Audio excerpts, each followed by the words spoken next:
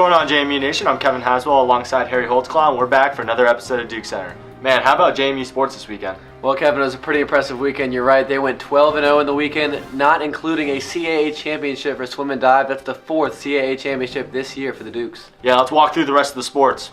JMU women's tennis defeated Morgan State 7-0 this weekend to move to a perfect 6-0 on the season. The Dukes will play Liberty in Wisconsin this weekend. JMU swim and dive won its 8th CAA championship this past weekend after a strong performance in the final couple days. Sophomore Hope Byram was awarded with the Most Outstanding Diver award. JMU men's tennis went 2-0 this past week, defeating Richmond 4-3 on Friday and Morgan State 7-0 on Saturday. This upcoming weekend, the Dukes will take on George Mason and Penn State. JMU women's basketball defeated Delaware and UNCW this past week as it improved to 14-1 in the CAA. The Dukes are atop the CAA standings and have 3 games left before the conference tournament.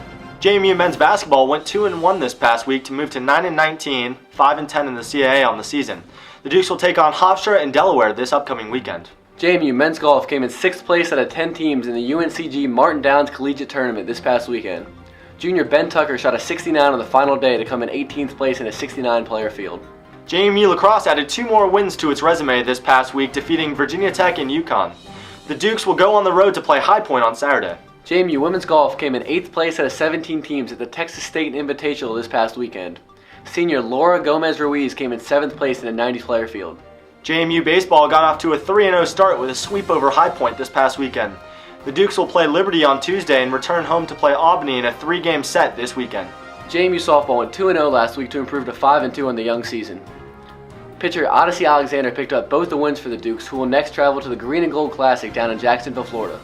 Well, that just about does it for this week's episode of DukesCenter. But before we go, Harry, who's your JMU Athlete of the Week? Well, Kevin, my Athlete of the Week has to go to senior pitcher Colton Harlow. The senior threw 5 2/3 innings in a 3-1 victory to kick off the Dukes season against High Point. Yeah, mine has to be Matt Lewis, who was named CAA Rookie of the Week for the 4th time this season, leading the Dukes to a 2-1 record last week. We'll see you next week. Thanks for joining us.